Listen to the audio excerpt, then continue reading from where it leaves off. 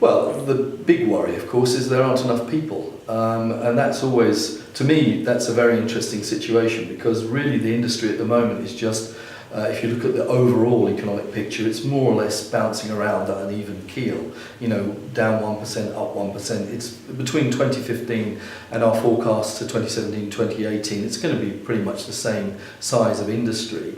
And yet, even in an industry that's not growing in real terms, there is this very significant worry about skills shortages. The major reason, which was very well articulated by Mark Farmer in his recent report for the Construction Leadership Council, is the ageing profile within the industry, and that is a worry. You know, in a lot of the traditional trades and crafts, and also in some of the professions, if you look at the age profile of the people in the professions, we're going to need an awful lot of people over the next 10 years just to replace those that will be leaving the industry for retirement or, unfortunately, for death.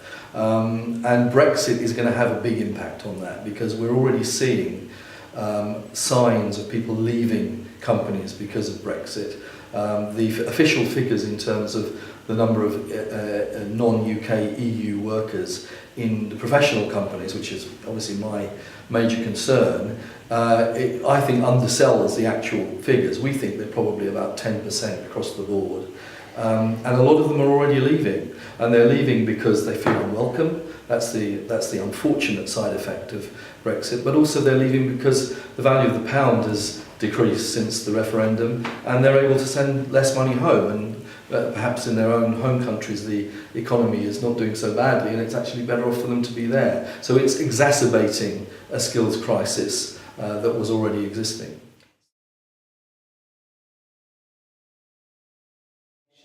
Well, I heard her speech, and I think the focus on research and innovation and on giving tax breaks and encouraging more innovation is a very good one, because you know, Britain has always been a country that excels in innovation, and I think that's a major opportunity for us going forward, and it's good that the Prime Minister has identified that. But in terms of the overall Brexit situation, I think we're still holding our breath while we find out what the government's actual plan is. And of course, while we're holding our breath, people are leaving, and that's the worry.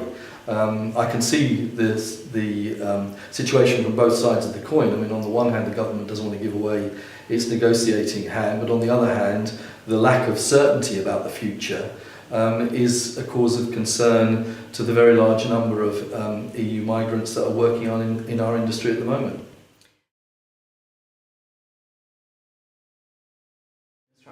Well, we do a lot of work in relation to diversity. It started off actually as a gender group.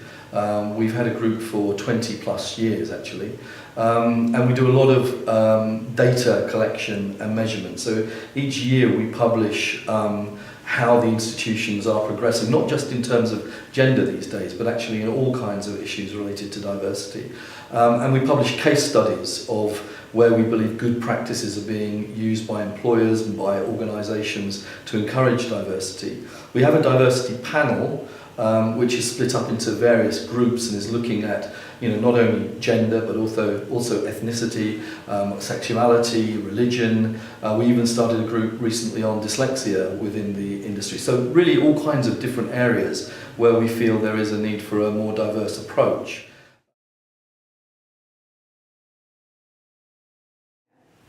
Well, I think the need for a collaborative approach over the next 5 to 10 years is going to be not less strong, probably more strong than it's been in the past 30 years of our existence. And the development of a digital construction economy, the digital built Britain work that's going forward, the digital revolution in construction will require a lot more collaboration, a lot more joint thinking, a lot more joined up approaches between the institutions, and I suspect that the CIC will be as needed as ever to perform that function.